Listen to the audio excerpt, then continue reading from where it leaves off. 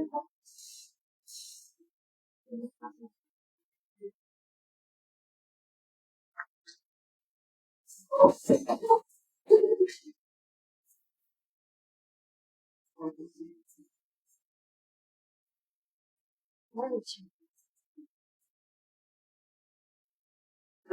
I am Sciortino, the founder and director of Junction, and Junction is a public venue here at McCormick Culture Center, and this event is also being broadcast on our Facebook page. So today we are very pleased to have a friend and researcher, independent researcher, Patrick McCormick, and he has dedicated a lot of his time to digitalize Mon-language Manuscripts here in Thailand. Actually, it's a project to be discussed in the detail, but Junction is the host for this project since already 3 years, I think, that he has been collecting this manuscript all over, collecting not the real manuscript, but photographs of the manuscript all over countries, and now it's in the thousands. And there are some are very beautiful, and some add value to the things that are written there. So without further ado, I will let Patrick talk in detail about all this. Thank you. Can you hear me okay? I want to apologize for it, and so I'm going to talk a little bit about the manuscript culture in Taiwan. I'm going to tell you about how these manuscripts have here, and I'm going to tell you a little bit about the project to digitize manuscripts. When people hear the word digitize, it sounds very serious, but what it means is you take iPhone. This is the third time I've given a version of this talk. The first time I gave it was until the side, and I was heavily the audience. We had a lot of people from Burma, the second time I gave it, Science Society, so a lot of Thais showed up from other parts. And this time, well, there's nothing really. So, I've also learned to tell you right away what this project was, so you know why it's important. So I will be reading a little bit in the beginning and then talking. So this is an overview. I will go over several of these points again. So I did this project through the Endangered Archives Program, British Library. Junction were the host for me. This is the second time I've done this grant. And we went out to various monasteries, Taiwan monasteries, but we'll get into who that means in a moment. Here in central Thailand. These texts that we found date from the mid-19th century to the early 20th centuries. There are a few which are as early as the 18th century, some which come all the way to the 1940s. The bulk are Pali manuscripts. I'll show you pictures. And they're written in the Mon script, which looks like the Burmese script, but it's pronounced totally different. They're in the Mon script, in the Mon language, some are Pali language, and I will get into the various materials they use. There are also these recording books, I'll show you pictures of. And interestingly, we found many that work in the Mon script, which is a version of the until the 13th century. And the subject matter of these texts, it's some of it's very probably Buddhist, some are commentaries, some teachings, some have to do with ordination, meditation. Even my texts, these are something called Buddhist psychology. Others are polymon, these are bilingual texts, with vocabularies, grammars, all kinds of stuff like that. But for me, what I was very interested in were what you can call secular, non-religious texts. So, these include works of literature, astrology, divination, customs, music, medical treatment, there's a lot of literature. And very exciting for me, history and science. So, who are the Taiwans? I will return this topic very briefly, very briefly. They're also called the Taiwan in Thai. They are a community who finds their origins in waves of migration from non-speaking areas of lower Burma. Most of them came to here from central Thailand, but there are also some in northern Thailand. They came from mostly between the 17th and early 19th century. These migrants built urban villages where they maintained their language and culture well into the 20th century. Manuscripts were central to monastic life and education for both Sangha, monks, and for lay people. The Taiwan community created and preserved thousands of manuscripts, which have impacted about 30 to 40 temples in some time. So what I want to point out, these are not the same people as recent economic migrants and refugees living in Thailand. Those are the people in the Burma. These are people who are they're still Peru citizens or citizens. Whereas the Taiwans are fully Thai citizens. They speak Thai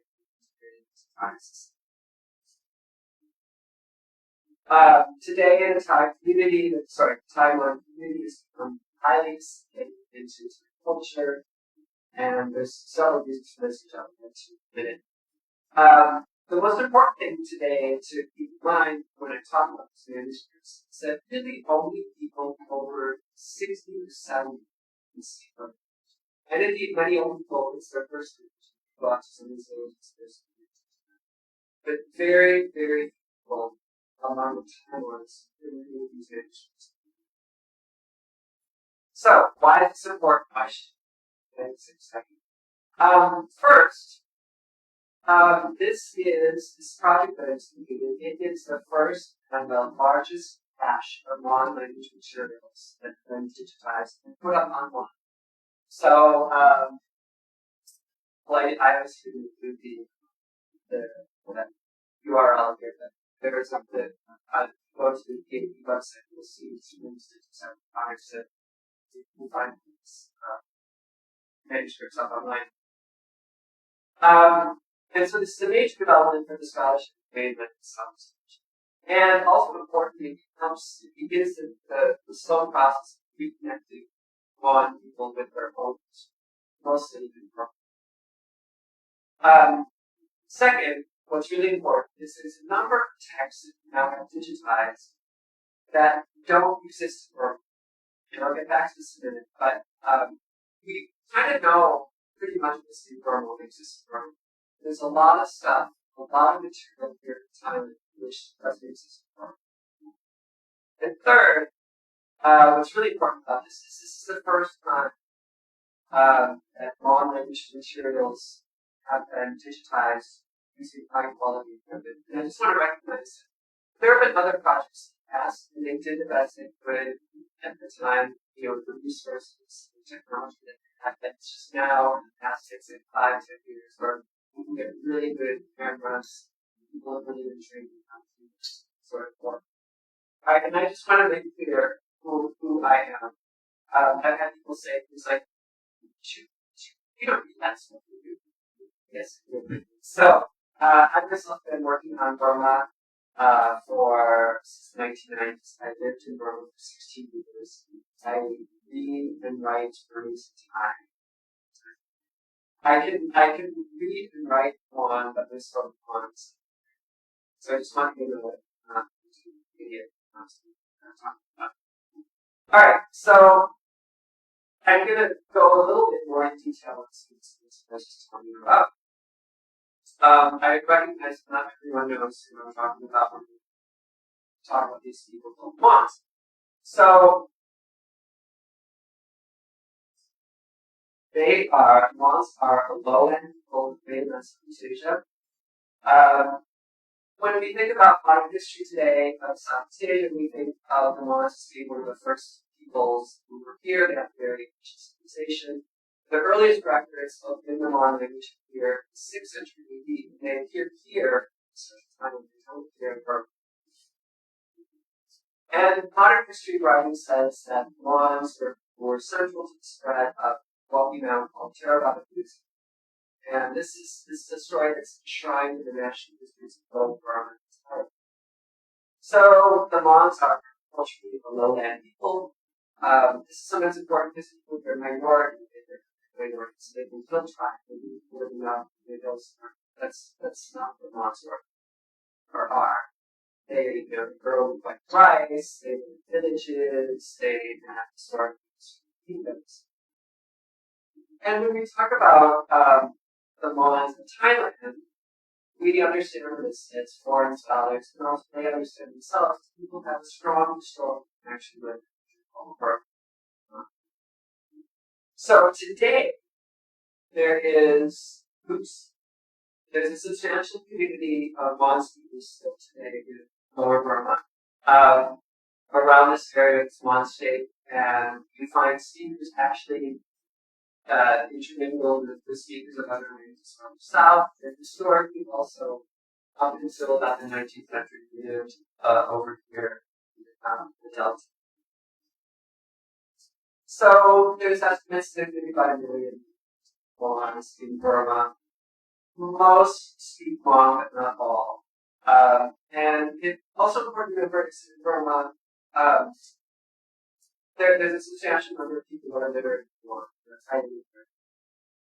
In Thailand, it's a little bit trickier. It's varies. People say it's 100,000 people still today.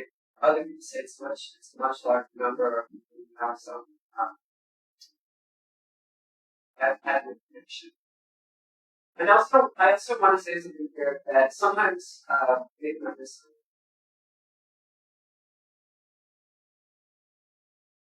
Oh, sorry. See, they go there. They're just kind of Burmese enemies. And they can't understand the difference. So, in one sense, yes, you can think of Burmese as sort of as kind of Burmese, and then Burmese in a large sense of someone who comes from the country of Burma. And that's true that within this space that we call, or that I call, Greater Burma, there's a lot of shared cultural traditions, there's a lot of shared architecture, arts, and that. So, the Mons, the Shans, the Burmans, the Thais, all these people participate in this collective cultural tradition, and this is just meant to show you kind of where this Greater Burma is. It's sort of Burma, but we also have to remember that there are like Thailand in central Thailand, there are also people in what's now Bangladesh and North India who have connections to the same culture.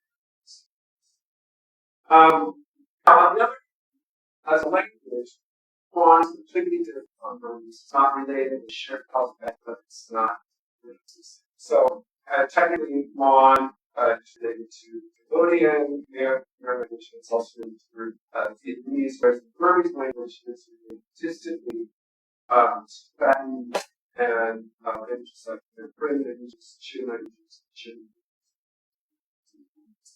Okay. So, scripts were central to pre-modern colonial and special culture. I focus on the Greek Burma. This is actually where it has to do with Java and it's also a tradition that was originally from West India. And so there,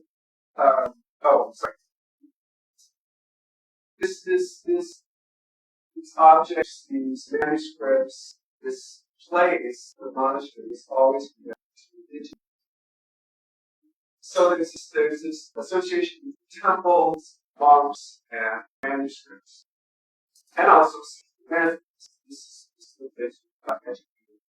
So in the Great Burma zones, around the 16th and 17th centuries, more and more monks were ordained, more and more men education, and there's a spread of orthodoxy, but also orthopraxy, which is a technical sort of using the next sort of just saying that you did things in a very strict way. So it's not just the idea, it's just orthodoxy, national practice, very strict. And as part of this, there's an enormous opportunity. And I think people agree that at least in England, Burma, in the Greater Burma zone, this is the place where most manuscripts were dated. As I said earlier, most of these manuscripts are religious, and there's location, long, and there are no languages. Burmese Mon, yes, finding around Shan. As I said, not all types are religious. Now,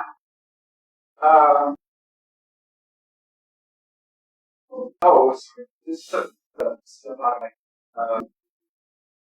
Some of these sausage society. A lot of these are illustrated. This, I just want to point out, this is not the one that the bishop of Christ more beautiful now. And this is another example. So these are made out of folded paper, and they're folding books, as opposed to the albums, which are just these small strips of music there. So, people, the way God of manuscript kind of must, someone has to totally, you would donate it to a monk. Don't just donate it to monasteries. In an active donation, you get here. So the text is fine. Typically, the monastery are the ones that people most often want to donate, for which there's a demand. So you find countless copies of the same text between languages, between monasteries. There's certain laws over and over. So that's and they had to copy. So this is a little test didn't see it. And so I'm always behind that for scripts. I just wanted to point out that manuscripts are not books.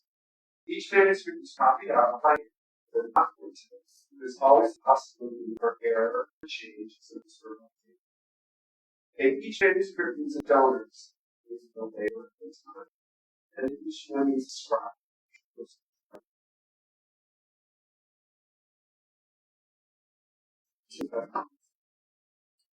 Like this, is that so I'm going to go a little bit into who the Taiwanese are maybe from. So the Taiwanese usually turn over in waves of immigration. There's a popular narrative about the Taiwanese. They're all refugees with their wars with the Burmese. And that's not incorrect. But they also came over as traders, and there was a lot of going back and forth between the two countries. So there are many migrations to Siam, to the city of India and Tuli and the river and Bangkok. Starting in the 16th century, and then, from what I understand, the last migration was in the 1830s. Something that I'm not totally sure about, but there's a idea that all these people were Mon. But it's also possible that there were some other countries who came over that assimilated to the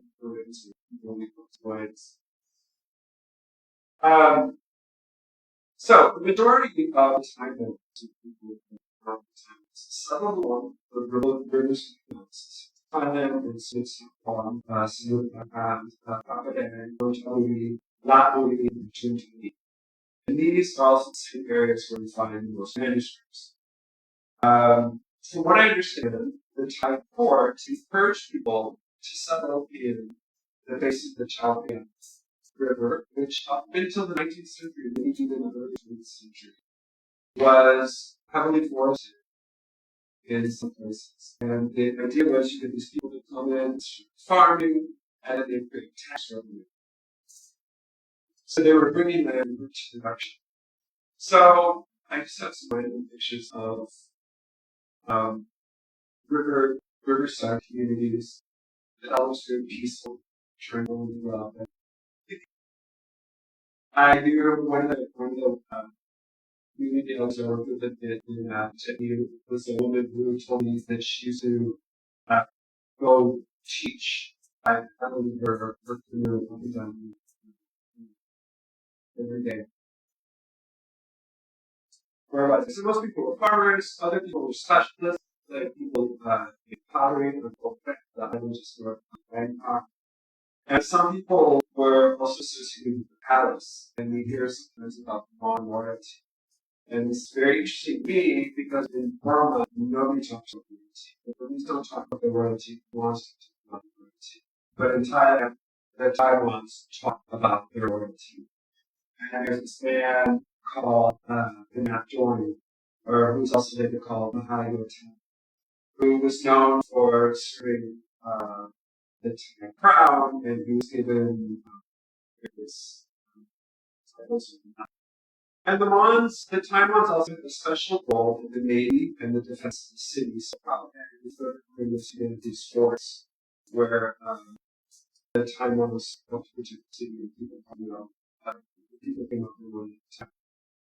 All right, so you get what I'm saying. The Thai Mons had their own settlements, they had their own monasteries, they had their own education system, they had their own architecture, they had their own clothing. Now, they weren't living in a vacuum. They were also in contact with these people. And so from the start, we know that there were people in the Taiwan community who knew Thai. And if you study the language, specifically the Taiwan dialects, you'll see a tremendous influence of the Thai language. There's more pictures. Oh, and sorry. So this is propaganda today. And I was told that when I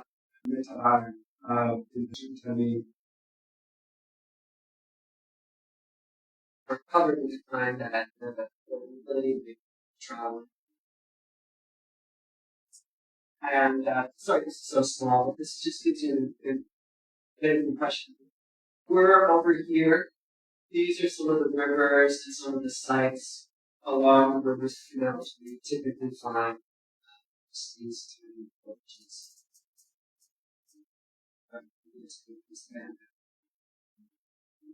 Alright, so we have all these languages, we have this wonderful culture, and we're so excited.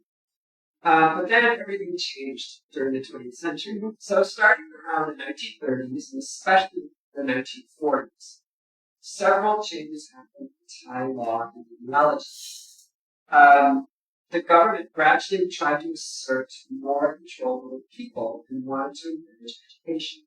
So, in the 1940s, we had Field Marshal Wilson, and there's this big push to establish education only in the Central Thai language using the Central Thai script.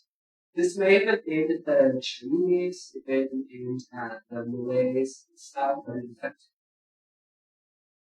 also among some books were brought in the succeeding decades under greater and greater central control. And I understand that finally was completed sometime in the 1860s. Some of the community elders I've spoken to have said things like, well, when I was born, everyone spoke Mon, but then in the 1940s and the 1950s, I went to school, and that was the only place where we spoke.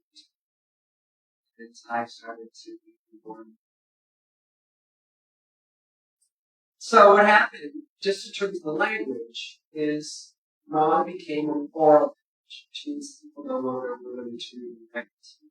So that was one big change. And then we also can think in terms of that's like the what can we say? If we think of it in terms of laws, it's the push, and that's the external environment. But then people, the Mons themselves, they wanted to take advantage of all the education and economic opportunities they could have if they were Thai.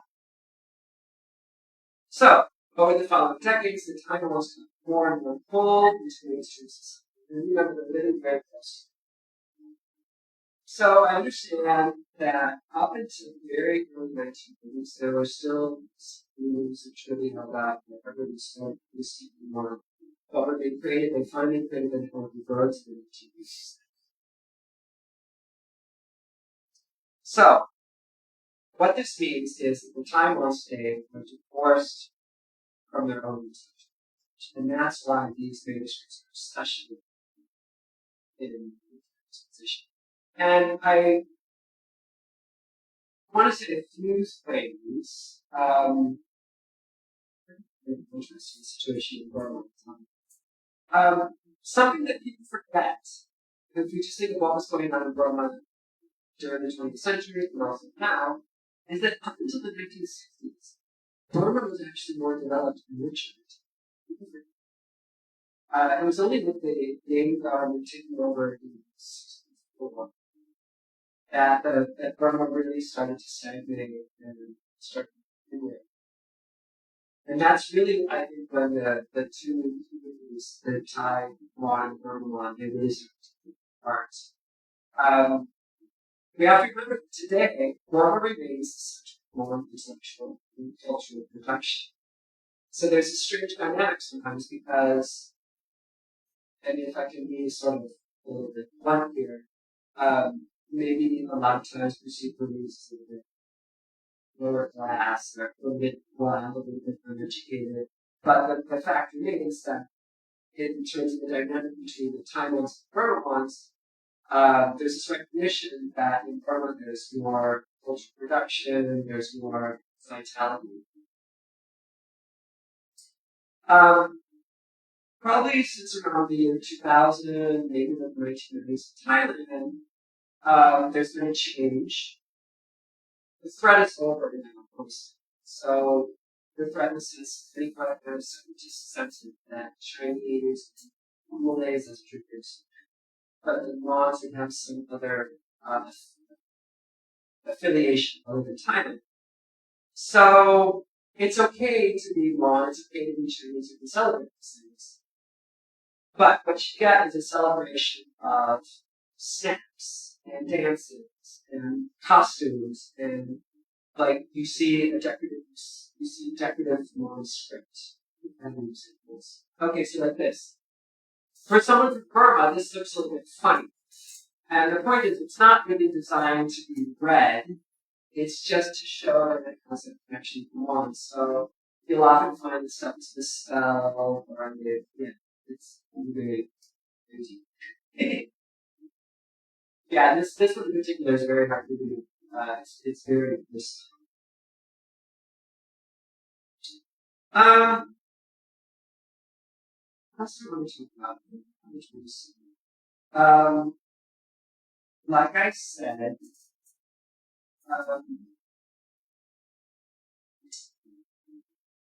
there are these 30 to 40 temples with manuscripts. There are many, many more temples that have a historical connection. From what I understand, a lot of temples sent, if they had a smaller collection, they would send it to a larger temple. Sometimes you hear stories of how in decades past there were abbots or community members who were throwing these manuscripts out, lighting them on fire. And they were turning them to the amulets for and they used for protective magic. My reading of that is that in some cases may have been literally true, but I think it's actually more of a metaphor for loss and destruction, change. And I want to point out that you hear this story a lot also about Cambodia. That the idea is that the tribes went to Cambodia and stole or destroyed or burned all their manuscripts. So I just want to put it out there because sometimes people will be very sort of alarmed about there's been such a tragic loss. And I think maybe there hasn't been as much loss as people feel.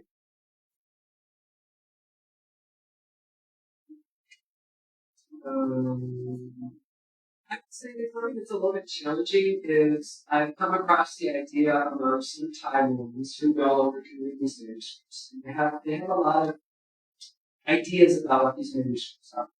They're very powerful, or no one can understand them anymore because they're filled with Sanskrit words. And I have to say that's a Thai idea. Most of them Sanskrit. it is. I mean, it is a metaphor also for the fact that you have to be well educated in the Mon-language communities, which goes beyond the ability of most students. So, this is a community elder, and he's one of the few Taiwans who can still read Mon. He's been involved with some of these efforts to keep it alive. And this is it's a museum out in Lapuri and Watuan. And if you don't know what's going on here, this man is he runs the museum, and this is a modern version of the traditional what the Mon style supposed to look like.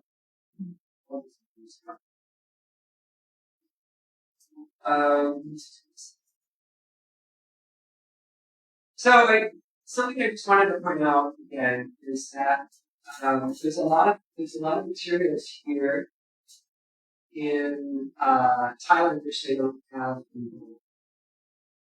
And we actually, here's another point of irony that I want to bring up, is that there's this idea that Burma, the situation happened with Mons and they were this all, this situation was always very dire. In this particular case, the first thing I'll say is that in the 1930s, the British government sponsored a project to collect manuscripts, especially Mon-language manuscripts. And they were copied up by hand. And these books are kept both, the manuscripts are copied out. Some are kept at the National Library, and other ones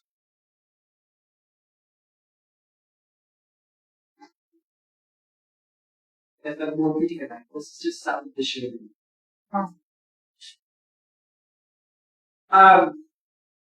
So there's a point of irony here.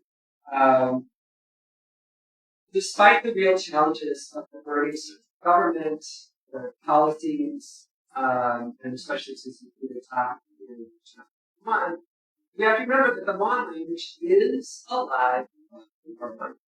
There's a substantial number of people who are illiterate in the language. There are techniques for Mon medium education, this is through the Mon National Education Committee. And there are a number of Mon intellectuals and Mon language publications that come out of Burma. I'm not saying it's easy, I'm not saying it's free, but there is a space there. And also, in Burma, there has always been a space to do something other than Burmese.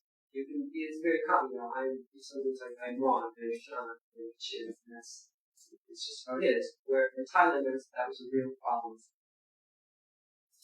Alright, I see it's big numbers and pictures. I just wanted to show you something that's very noticeable is if you go out to these temples, these Taiwan temples, is the buildings in the back. They look just like standard Thai temples, but the chedi are still, this is recognizably the same stuff. And here, the style I'm not so sure about, but here we've got the name of the monastery in Mon. And yeah, most look like this, which is totally undistinguishable from anything you find at a regular temple. So I will say just a few words about the project itself and some of the challenges. So, as I said, I applied for this grant, the EAP, Endangered Archives Program, run through the British Library. Anybody can apply for this. It's not just for white people. It's not just for foreigners. I've done 2 of these projects and have applied for funding for a third. And the idea is that you take the pictures in a way with the technology that preserves them in a digital format. So one of the first things I have to do is I have to go meet the monks and ask permission. And this was in 2019. He did not give me permission. I went to this monastery 5 times. The last time I went, I had a letter from Chula. I had information, and they also explained that I had been funded by the British Library, and I'm not making this up. Peacock walked by and opened up his and he said yes. And then this is one of the project the guys in the project.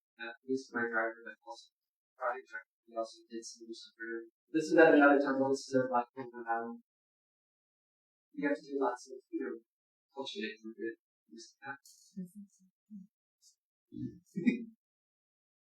This is people who was the project photographer. So basically, all you do is these are the bundles. I was actually the only one in the project who could read one, so I could go through them and mark them with these terms on it.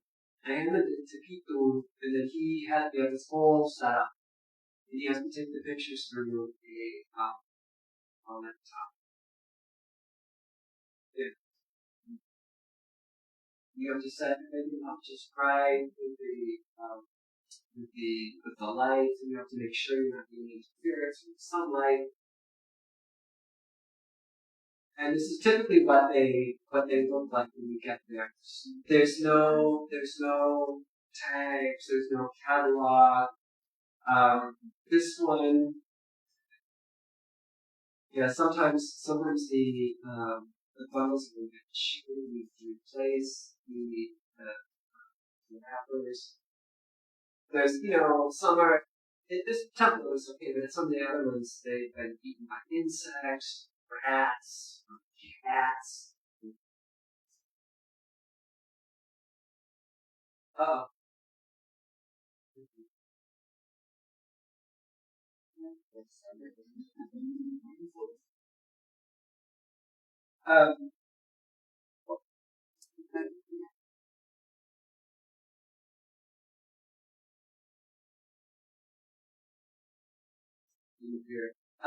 What I wanted to show you is there's a wrapper that's set in one.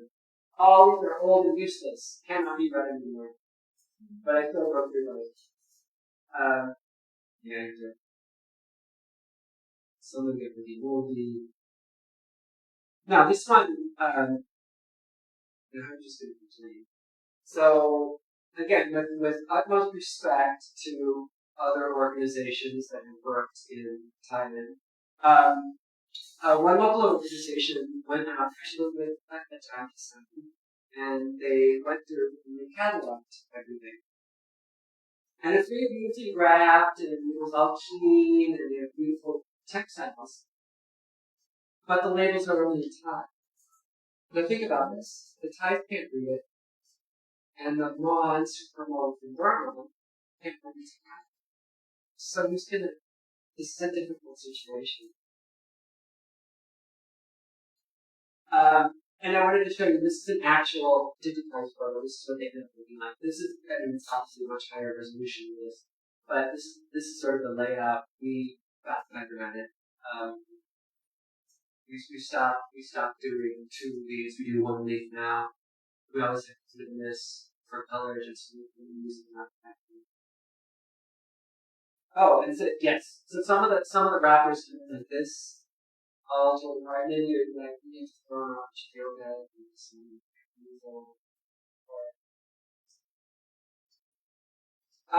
people sometimes ask about catalogs and cataloging. This is me, this is my handwriting. This is the best I could do. So what I would do is create my own labels and stick them onto the bundle. Because of the amount of time involved with wrapping and unwrapping, it doesn't make sense to do a separate catalog project. If it's all possible, do digitization at the same time. I don't know if that makes sense. It's because you're going through a separate and you're not actually taking any pictures. It's sort of silly. And then there are 6 other times. We don't really think about it. But this is in the Burmese language. That's Ijulu. And you find I found Burmese manuscripts, I found books that were printed in Burma, none of which you would find today, but it shows there is connections. Yeah, again, this is me and my kind of catalog. So, a few other things I wanted to say is that, practically speaking, there isn't any money for this anymore. There's really only making it. I know that some bonds have gone, they've gotten trained by Sciortino, but there isn't money for them to run the so that's also difficult. My final thoughts are that I see this project as a work of sort of beginning to reconnect across the board between Burma ones and Thai ones. The only way that these manuscripts will become meaningful is people from Burma can read them. And I know that there is some interest there in Burma in, for example, putting these pictures up online on the Mon Wikipedia, so people can talk about the material and things like that. But also, I have to be really realistic. Nobody's interested in this. You know, and why would they be? It's a weird and rare thing. I have to remind myself, I went over to Terminal 21 and I stopped 20 Thai people and said, let's talk about problem line. You know, a very obscure, text of literary work. Very few of them would even know what I'm talking about, right? So, it hasn't been easy to get people interested in the project. It hasn't been easy involved in the project. But, still, it's what I'm trying to do. So, thank you.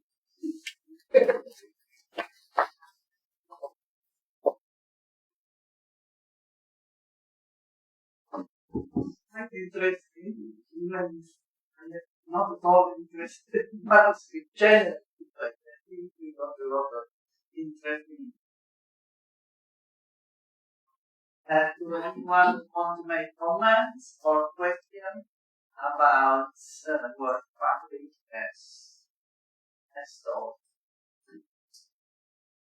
Okay, Alan first. I take 3 questions, then you can answer. Thank you. Very interesting project, very interesting table. Can you talk a little bit about the history text that you found? And if everything is written in the context of the want of the Buddhist monastery and to be given as a donation to the garden, is it really the only site for the composition of texts in Mon-language?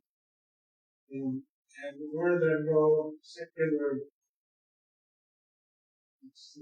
sources for writing the secular texts in other contexts?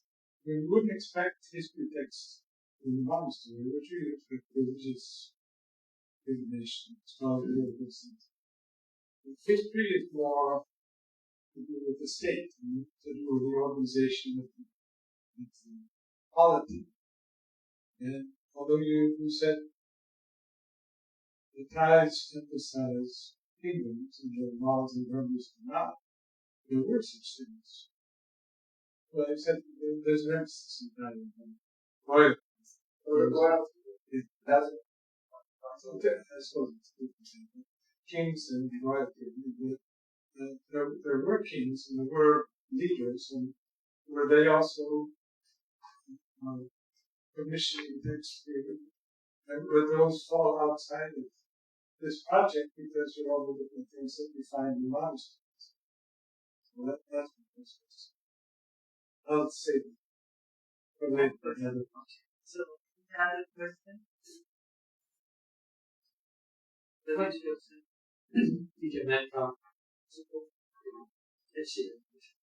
I'm really going to ask the second question, but this perhaps more precisely.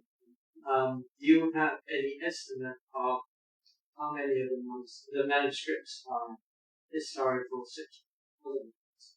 And then the second part of the religious texts, you said there were a lot who were the same because people donated texts to individual monks. And I was just wondering, are there any of the religious texts that let's say, unique or particular, have a particular interest.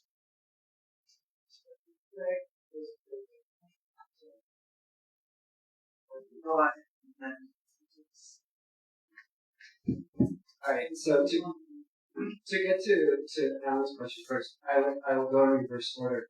What I was saying specifically is that in Burma, in modern day society, people don't talk about the descendants of their kings. Not that they talk about kingdoms, they talk about history. I mean, like there's not much interest in the royal family. Whereas, and this is true also in the Mons in Burma, they don't talk about the descendants of their old royal families. Whereas, the Taiwans in Thailand talk very much about their royal family. These people were descendants from royal family. That's all I need. So, what I would say is that there are far fewer Mon-language texts than there are Burmese language texts. And the Burmese language had the support of the courts up until the late 19th century. So you have these things called court chronicles being produced, and the Thais produce those too. Those don't exist in Mon. So that's part of the thing. And it's one of the things that I've been trying to do as a historian is work out what exactly they were writing and where they were writing these things. Because you do have these historical texts. We'll sponsor them. And I don't know that they were necessarily associated with the Mon court. Because we have to remember the Mon court fell in the 18th century. So after that point, all textual production became monastic, or they got centered in monasteries. So what you see with these historical things, I get pictures. Well, they just have their catalog. You can see that in some of them that they were, monk donated to having written down. There are other questions which I can't answer yet. Were these texts passed down for hundreds of years, and they were composed right then and there? And there's some evidence going both ways. Some of these texts are actually composed here.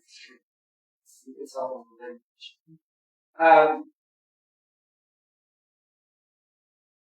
And always in this situation, the distinction between secular and religious is pretty artificial. Because it's a religious environment, and people are the text always is religious related.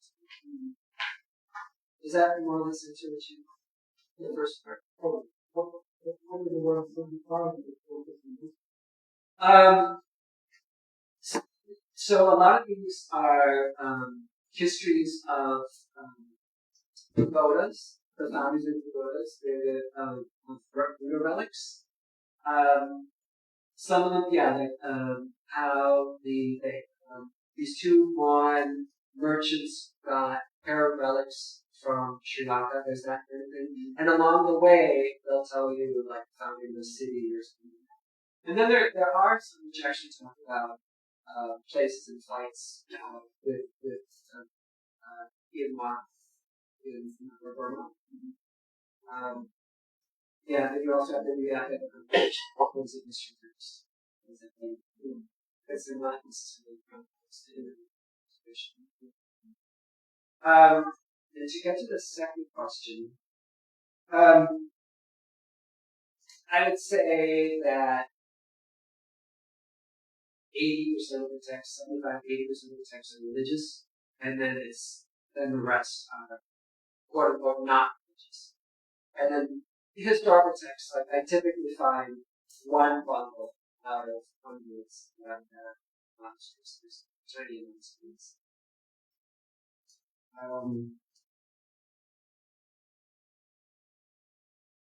Any religious texts that are unique.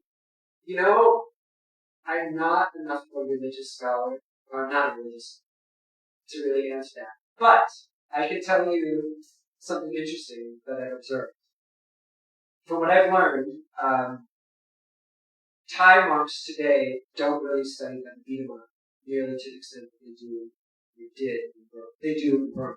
So the fact that you have all these freedom of texts in these Mon collections says there's this one text called which I found over and over again in Mon. And you show it to modern Thai, and I have no idea what that is. Oh. Let me write it out for you in the title. I have no idea what it is. And so I think it just means that it's something that was commonly taught then as it is still today in Burma, but it's not really studied today in Thailand.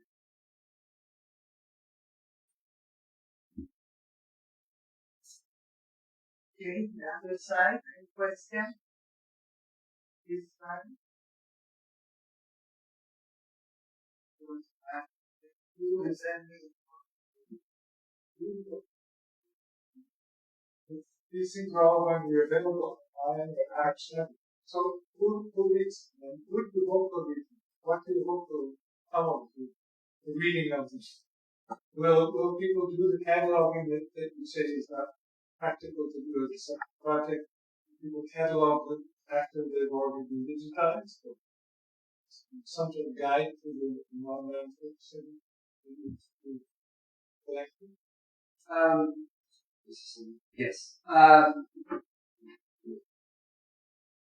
Yes, it's available online. Yes, I've left copies of the files at the National Library here, and also they've been taken over for a month at the moment that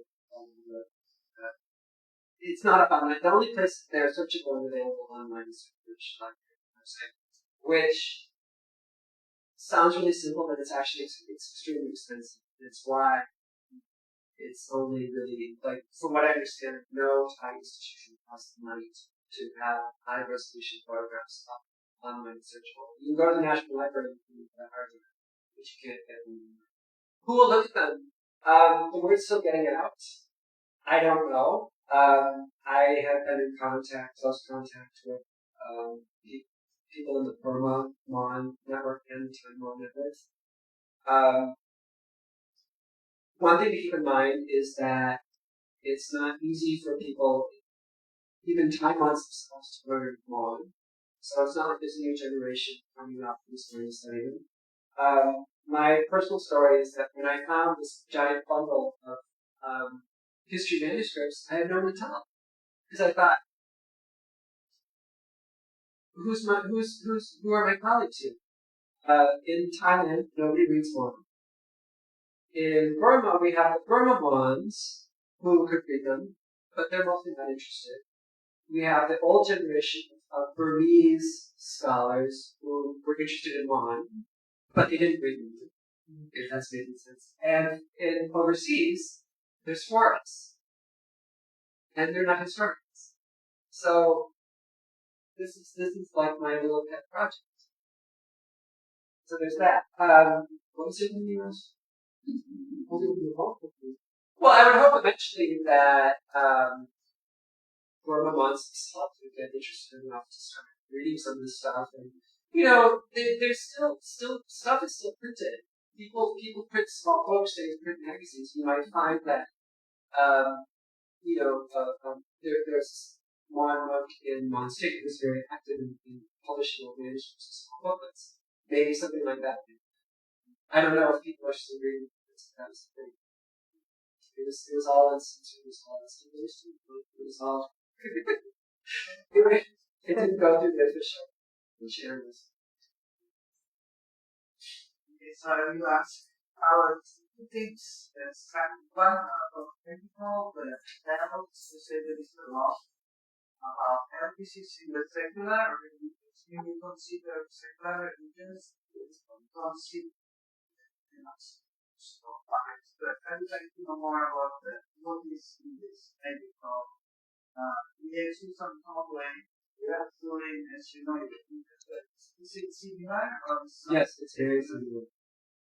And the second of the language, because I'm interested in this, I don't know about this almost. Please explain how come this language is the same, but this is referred to Khmer and Vietnamese and then other maybe more Oh, okay. what you mean exactly. I will answer the. I think only one person will really understand. But all right. The medical texts. Well, you get. Yes. A few months ago, we had Susan Conway come in. She has recently written a book called Thai Herbalism, where she had translated a text on medical treatment and medicines compounding that she found in Shan language. She translated this in English. So there are lots of texts. Some of them are illustrated. A lot of them are illustrated.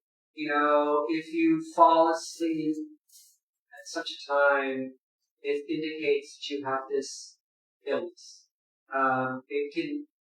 They're all sort of interconnected. Like, of course, psychology has to do with the time of day, or sort of what day of the week you're born, and what influence that has on your face. And it's sometimes it's similar.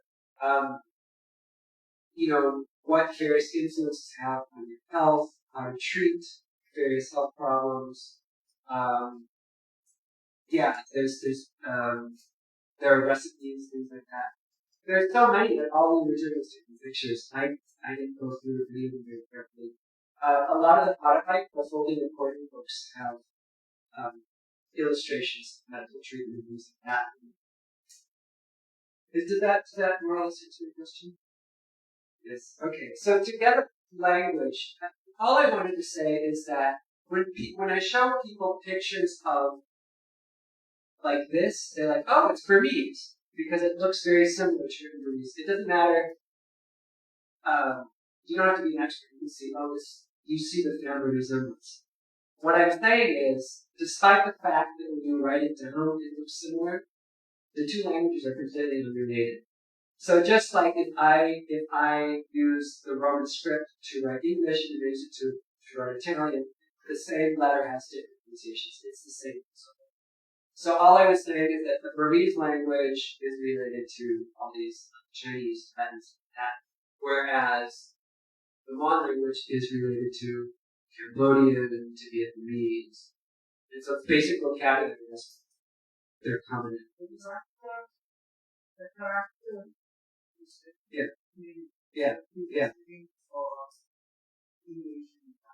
Right. In this case, what character? So this, you would call it the shipment.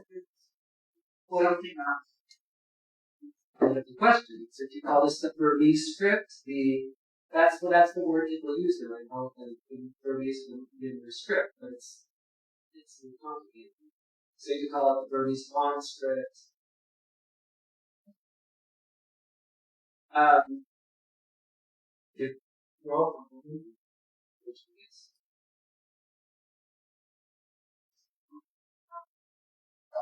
Yes. Oh, sorry. More about the remodeling. So, yes, if you could say a bit more about the monastery. So, can you cover the habits and parts on community, and then our whole manuscripts of those monasteries involved on, or they also inspire as well?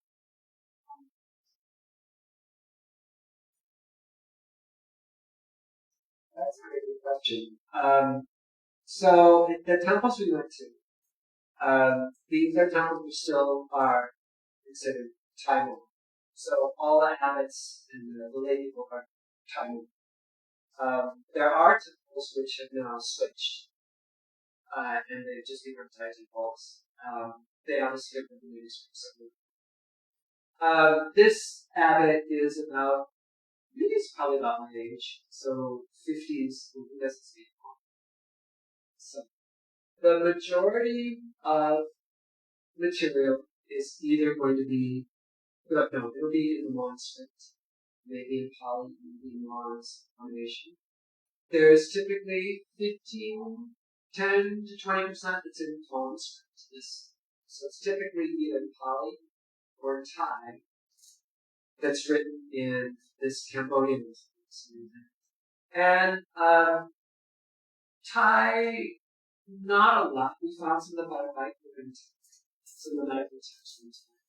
And then what you find, I think starting in the 70s or 80s, is people started printing, like machine printing, palm leaves. So it's just it's a piece of paper in this shape. And every temple had sets of those of Thai, which they use. And that's obviously the digits. I did, since I'm being a nerd, in one of the temples, I found a Lama manuscript. And I don't have pictures of it. People sometimes, when they see the Lama script, they think it's Mon, because it kind of looks similar. And I thought, oh, this just randomly got mixed in here, because people didn't know what it was.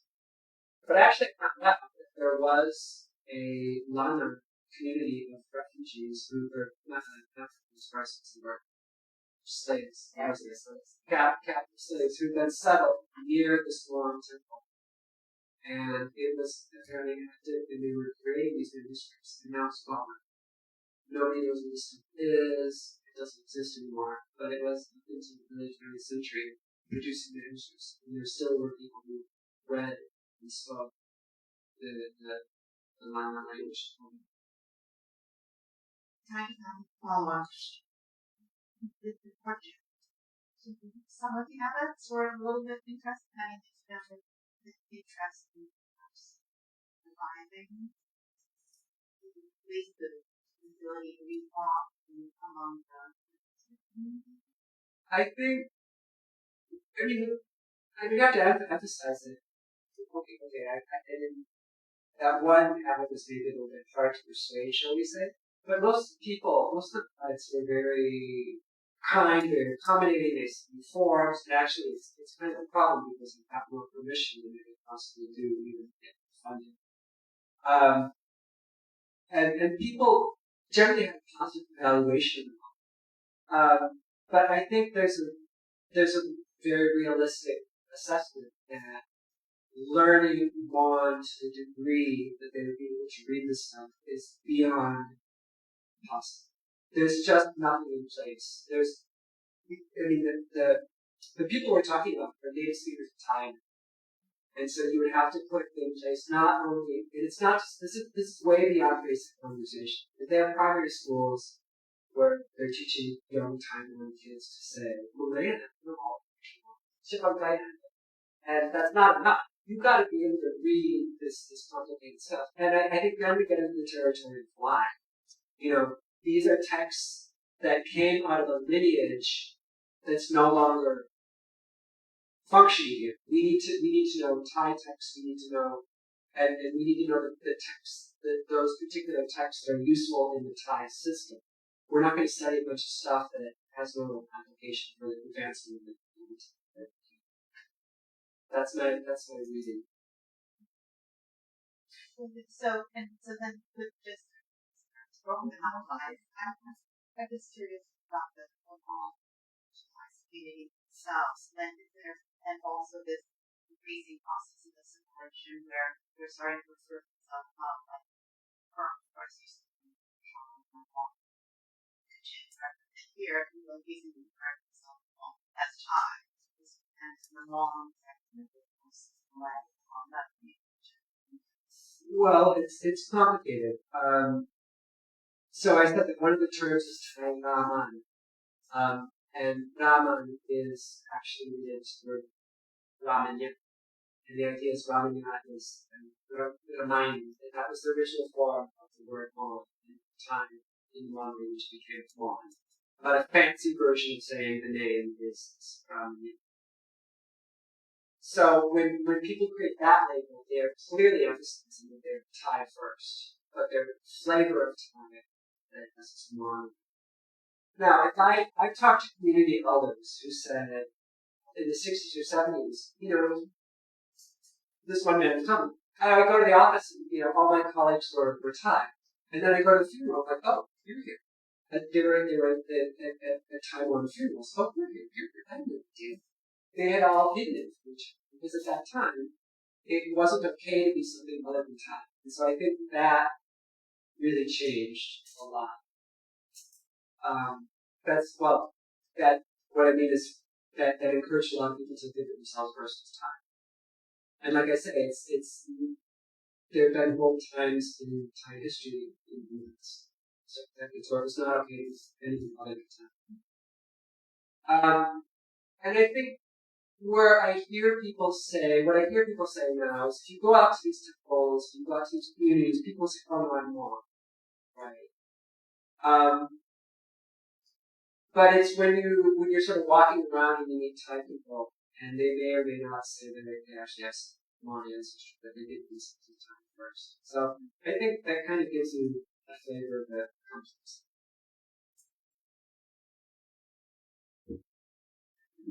Maybe before close, can you give an idea how many photographs there are? Because this is quite impressive, and how many you plan in the, because you know that it's good to say to people to give an idea of the effort that has been. And the second question, do you plan to write about what is in the text? Maybe the text are no longer accessible for most of people, but what is in the text maybe would be of interest too. And the last question, I like the beautiful picture of the manuscript.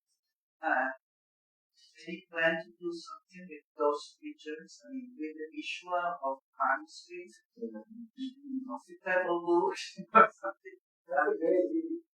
Yeah. Well, I mean, do like some of this in a new form that then can be of interest and maybe attract new people to this time field.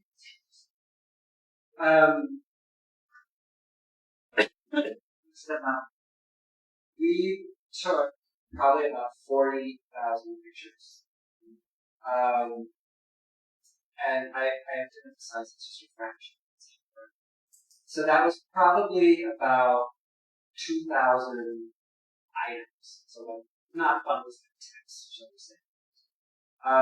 As Leah is sort of indicating, I have put in an application for much larger proposal that we would do. In 2 years, we would create 160,000 images. We need 2 photographers. And I think that's like something like 6,000 items. Having to do writing about what's in the text. You know, I would love to do that sort of thing. I think in my own work as a historian, and write about industry texts. But, you know, yeah, I don't know who to encourage because we would need people to read this stuff. For example, some of the the literary texts. It's literature. You know, some of them are fun. I keep coming across a text called The Yellow Bird, the turmeric colored bird, and so we want to read that. Yeah, no. I'm just now starting the process of looking at this sort of text.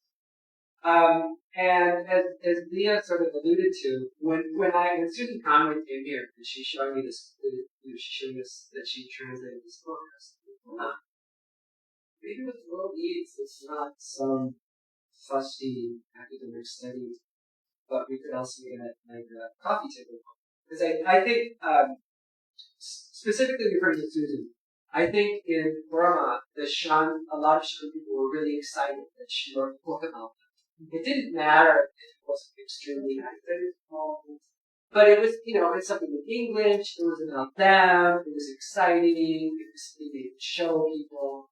And so I was wondering, well, you know, I think, you know, I have lots of really good those. I think that's it. Yeah, think about publishing a coffee table.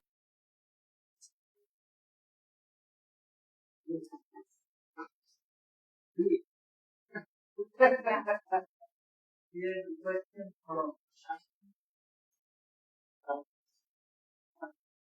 actually Susan Conway is not. That is the small group, but she had other books. That would be an idea to do it. I don't want to be diminished. I'm really interested in like the text that you actually found, not just the process. About that you said art literature and things that are functional journeys like that. Is there any that you think would be interesting to share? And would there be a future project compiling them in terms of just literature? Because that would be immensely interesting. Right. I mean, you're right. As I was just saying that we have to figure out.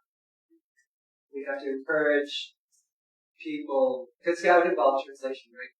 So we, encouraging ones with good skills to translate in English or something like that. The last time we was talking about these things, but you don't tell us what's in them. And one person who's looking at 40,000 images and no face what. So we have to, in this case, we have to encourage actual people literate in law to start talking about this. I really wish I could say, I want to encourage you all this you want, but it's still not. It needs to be to arrange.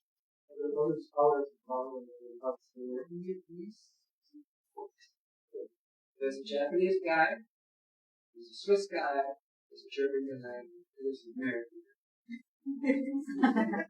And all walked into a bar. All walked into a bar. We have a long Vietnamese. Right. So maybe she wants to, but no, she's shy. But English, We talk. it is good because she's having very slow cars. Something may come up. I'll answer the question. Is anybody doing these things? No.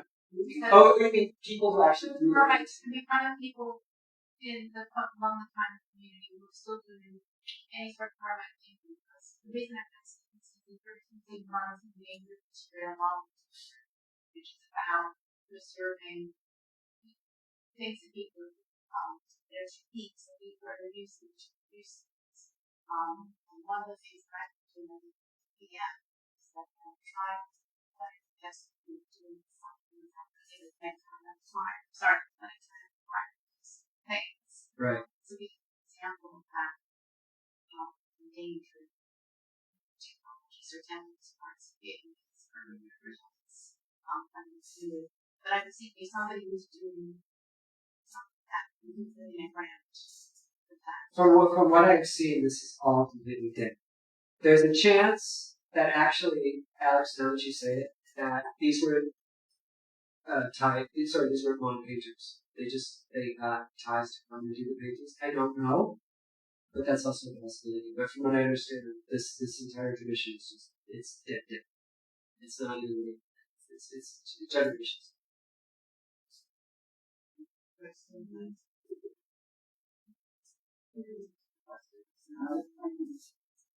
Maybe this is actually one of the more cultures memorial.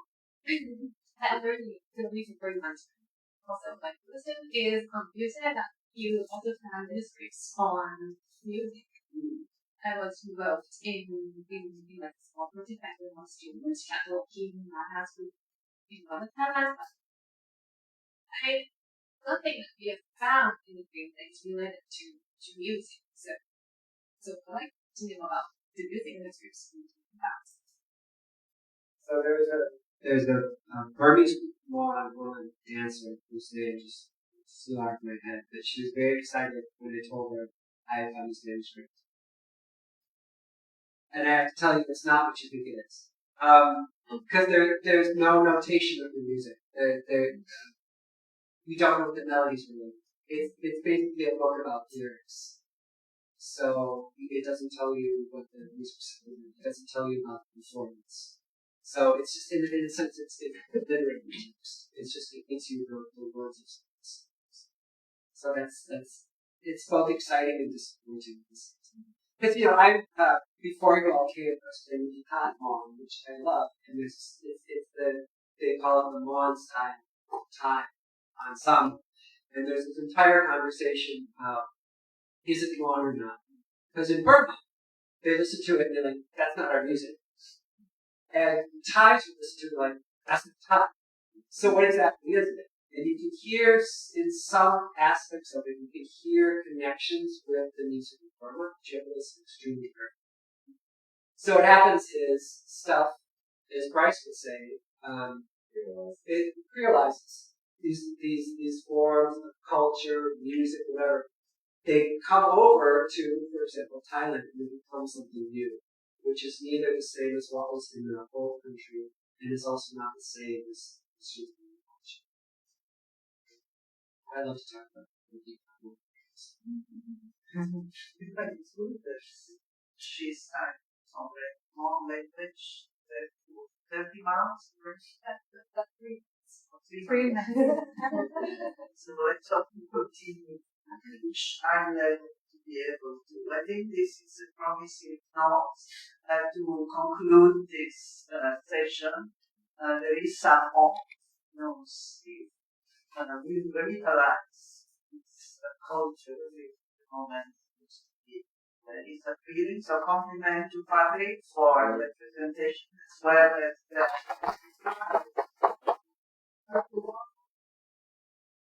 to force people to do it and it's our project that we did it. I can see our society and all these other places. So no. You need to do it fast. Junction and we have learned a lot. So thank you. I want to do some promotion announcement for the one online. We have 2 exhibitions at the moment. One will finish tomorrow, which is Buddha Jasa on Indonesia. And I highly recommend for those in Bangkok to come and see it before it's closed. And the other one on Myanmar, which is ongoing, and that will be extended for 2 more weeks, so there is still time to continue to follow SC Junction and see you at the next one. Thank you.